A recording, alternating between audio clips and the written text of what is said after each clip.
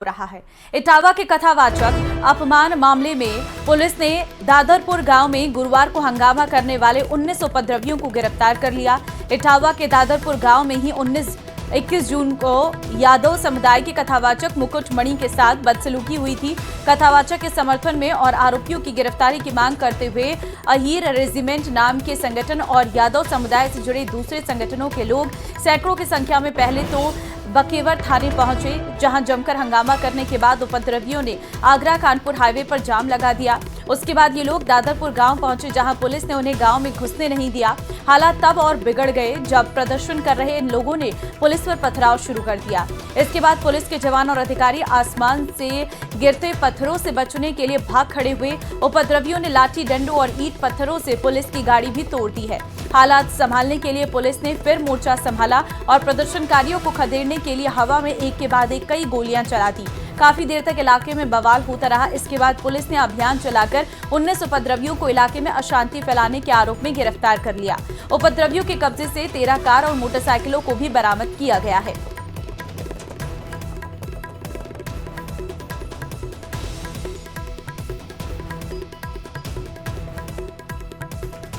तो हंगामा करने वाले 19 उपद्रवी गिरफ्तार किए गए हैं। 21 जून को कथावाचक के साथ हुई थी बदसलूकी। कथावाचक के समर्थन में सैकड़ों लोगों का प्रदर्शन। जोरदार हंगामे के बाद पुलिस पर पथराव भी किया गया।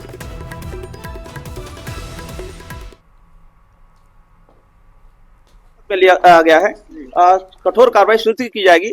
मौके पर शांति व्यवस्था कायम है, कहीं भी उपद्रव नहीं है और जिन्होंने यह कृत्य करने की कोशिश की है विधि के अनुसार कठोर कार्रवाई प्रस्तुत की जाएगी। पुलिस ने कोई फायरिंग नहीं की है और कठोर कार्रवाई हम लोग प्रस्तुत कर रहे हैं और अभी पूर्णतः शांति है।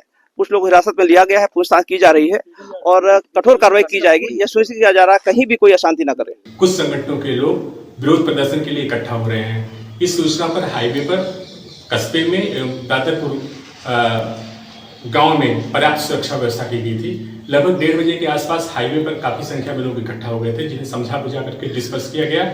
उसी में से 70-80 लोग पुलिस के मना करने के बावजूद ग्राम दादरपुर में उपद्रव करते हुए घुसने की कोशिश करने लगे, जिससे वहां कानून व्यवस्था की विपरीत स्थिति उत्पन्न हो गई। इस पर 19 लोगों को हिरासत में लिया गया है तो उनकी 13 गाड़ियां जब्त की गई हैं। इस संबंध में FIR पंजीकृत करके कठोर विधिक कार्रवाई की जाएगी। इटावा में कथावाचक पिटाई मामले में कथावाचक मुकुट मणि और उनके साथी के साथ हुई बदसलूकी का एक नया वीडियो भी सामने आया है। 21 जून की रात का ये वीडियो इटावा के दादरपुर गांव का बताया गया, जहां पूरा बवाल शुरू हुआ था। इसमें हंगामे से पहले कुछ लोग कथावाचकों के साथ बहस करते नजर आ रहे हैं। वीडियो में कुछ लोग पंचायत करते दिखाई दिए, जहां लोगों के बीच मुकुट मणि और संत कुमार नाम के दोनों कथावाचक भी नजर आ रहे। उनके चारों तरफ दादरपुर गांव के कुछ लोग बैठे हुए दिखाई दे रहे और वो कथावाचकों से उनकी जाति को लेकर सवाल करते दिखाई दे रहे। कथावाचक मुकुट मणि के मुताबिक इटावा के दादरपुर गांव में भागवत कथा का आयोजन किया गया था, जिसमें मुकुट मणि को बुलाया गया था, जहां कथा के दौरान ही कुछ लोगों ने उनसे उनकी जाति पूछी और फिर उनके साथ बदसलूकी की गई थी।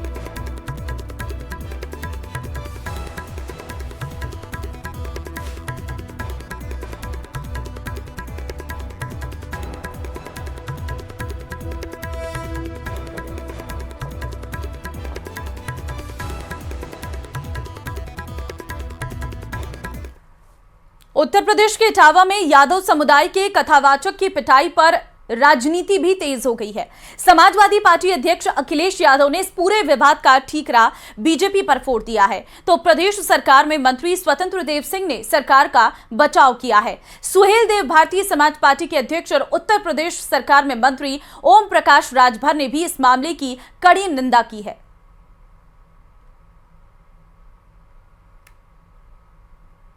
बताओ, 16 साल की उसकी चुटिया कट गई। 16 साल कितना समय लगता है? 16 साल की चुटिया कट गई, इतना दुखी था बेचारा वो। अब बताओ, किसी चुटिया काट दो तो कैसा महसूस होगा आपको? बाल काट दो, वो तो बात हम कह नहीं रहे हैं कि कैसे पवित्र किया गया। बताओ, अगर ये बात सच है तो काहे कि हम विश्वगुरु हैं? क्योंकि बीजेपी चाहती है झगड़ा हो, जातियों में झगड़ा हो, धर्म का झगड़ा हो, तभी तो लाभ उठा पाएंगे। तभी ये मैं और हम क्या बात है। प्रत्येक गांव में कुछ न कुछ घटनाएं होती रहती हैं। सरकार का कोई हस्तक्षेप नहीं रहता, कानून अपना काम करता है। जो दोषी होते हैं उनको सजा मिलती है, जो घटनाओं में लिप्त होते हैं, और कोई भी घटना राज्य के अंदर घटित होती है उसमें सरकार या मंत्री का कोई हस्तक्षेप नहीं होता है, और किसी दोषी को बचाया जाता है। अपना कानून अपने हिसाब से काम करता है, कानून अपना दंड देता है। देखिए, उस घटना की हम निंदा करते हैं। पहली चीज, ऐसी घटना नहीं होनी चाहिए। संविधान इस बात की इजाजत नहीं देता, और किसी व्यक्ति को 2 आधार कार्ड बनाने का भी अधिकार नहीं है। अगर किसी ने 2 आधार कार्ड बनाया है तो उनके खिलाफ भी मुकदमा लिख करके 420 का, फराडगिरी का, उनके खिलाफ भी कार्रवाई होगी। कथावाचक अपमान मुद्दे पर जमकर राजनीति हो रही है। दादरपुर गांव में भागवत कथा के आयोजकों ने कथावाचकों से अखिलेश यादव की मुलाकात पर सवाल उठाए हैं और नाराजगी जताई है। दादरपुर गांव में भागवत कथा का आयोजन करने वालों के मुताबिक अखिलेश यादव ने सिर्फ कथावाचकों से मिलकर गलती की। ब्राह्मण समुदाय के इन लोगों के मुताबिक अगर अखिलेश यादव ने उन्हें भी बुलाया होता तो वो दोनों पक्ष की बात सुन लेते। उन्हीं की डिस्ट्रिक्ट के हम ब्राह्मण हैं तो क्या, जात पात तो वही करे, हमें भी बुला लेते, हमारा भी क्या, हमारा भी दुख दर्द सुन लेते, हमें भी कुछ दे देते कि तुम्हारी भागवत रद्द हुई, चलो हम ये दे रहे, तुम कराओ, हम तुम्हारे साथ हैं। तो आज ये बात होती, हम भी खुश होते। हमारी अलग है वे, अखिलेश यादव हमारे, श्री मुलायम सिंह यादव हमारे थे, हमारे वो गैर थे। हमारे जनपद के, हमारे जिला के लिए उन्होंने कितना किया, वो हमारे लिए गैर थे क्या? ये एक पर्ची कर देते तो दुख होता है। राजा हैं, हम उनको जैसे उन्होंने बुलाया वैसे मुझे भी बुला लेते, उनका कर्तव्य बनता था, हम तो उनकी प्रजा है। उनने एक तरफी व्यवहार किया ना, उनको बुलाने था हमें। इटावा में जारी कथावाचक मामले में मशहूर कथावाचक देवकीनंदन ठाकुर महाराज ने कहा है कि किसी भी सनातनी की चोटी काटना या अपमान करना ठीक नहीं है। व्यासपीठ की मर्यादा का जिक्र करते उन्होंने कहा है कि केवल योग्य व्यक्ति ही इस पर आसीन होने का हकदार होता है। बिना नाम लिए समाजवादी पार्टी के नेता अखिलेश यादव पर निशाना साधते उन्होंने कहा है कि कुछ लोग सनातन को जातिगत राजनीति में बांटने का प्रयास कर रहे। उन्होंने कहा कि व्यक्तिगत विवादों और आरोप प्रत्यारोप की जांच प्रशासन का काम है, लेकिन सभी सनातनियों का सम्मान और धर्म की रक्षा हम सबकी जिम्मेदारी है। और मैं जातिगत बातों पर, मैं जातियों में नहीं बंधना चाहता। मैं सनातन कार्य के लिए कार्य कर रहा हूं। मैं सभी सनातनियों को जोड़ना चाहता हूं। रही बात चोटी काटने की, गलत है। किसी के भी साथ दुर्व्यवहार नहीं करना चाहिए। कोई भी किसी भी प्रकार का दुर्व्यवहार करता है वो ठीक नहीं।